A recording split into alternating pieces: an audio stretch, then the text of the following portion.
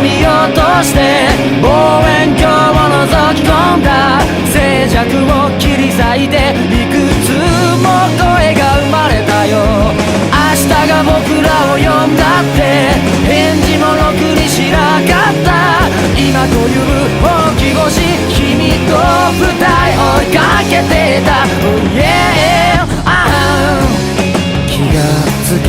ばいつだってひたすら何か探してる。幸せの定義とか悲しみの置き場とか生まれた死ぬまでずっと探してるさあ始めようか天体観測大き星を探して今まで見つけたものは全部